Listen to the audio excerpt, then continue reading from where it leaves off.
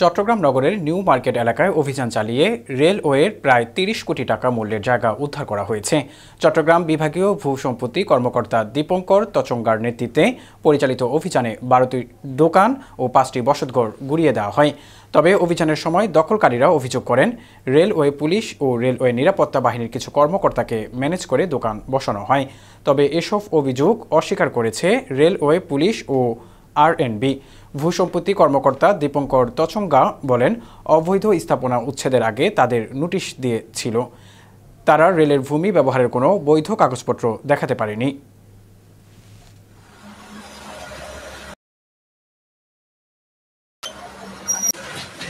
কর্মকর্তারা আমাদের থেকে টাকা পয়সা খেয়ে আমাদেরকে এই জায়গায় বসাইয়ে আমাদের থেকে টাকা মোটা অঙ্কের টাকা নিয়ে এগুলো ভেঙে ফেলতেছে। আমরা দিছি আপনার ওসিকে, ওসি নিয়ে দিত আপনার এসপির কাছে। আমি এসপির হেড অফিসে অনেকবার গেছিলাম। আমি আছি, রনি আছে, তারপরে আমাদের ওই আরিফ আছে। আমরা সবাই মিলে ওদেরকে মোটা অঙ্কের টাকা দিচ্ছি। আমি একটা দোকানের জন্য আমি 2 লাখ টাকা দিচ্ছি।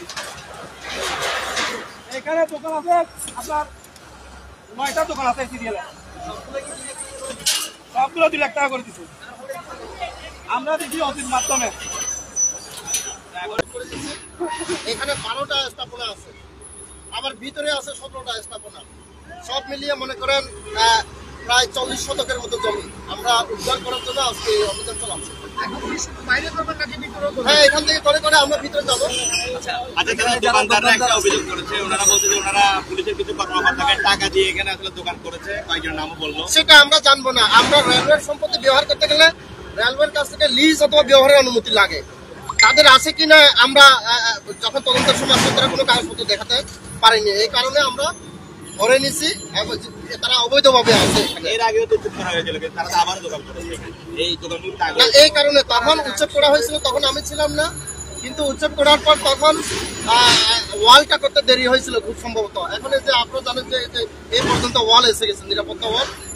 বাকিটা আমরা সংশ্লিষ্ট যে প্রকৌশল ডিপার্টমেন্ট আছে তাদেরকে জানিয়ে দিয়েছি, তারা যেন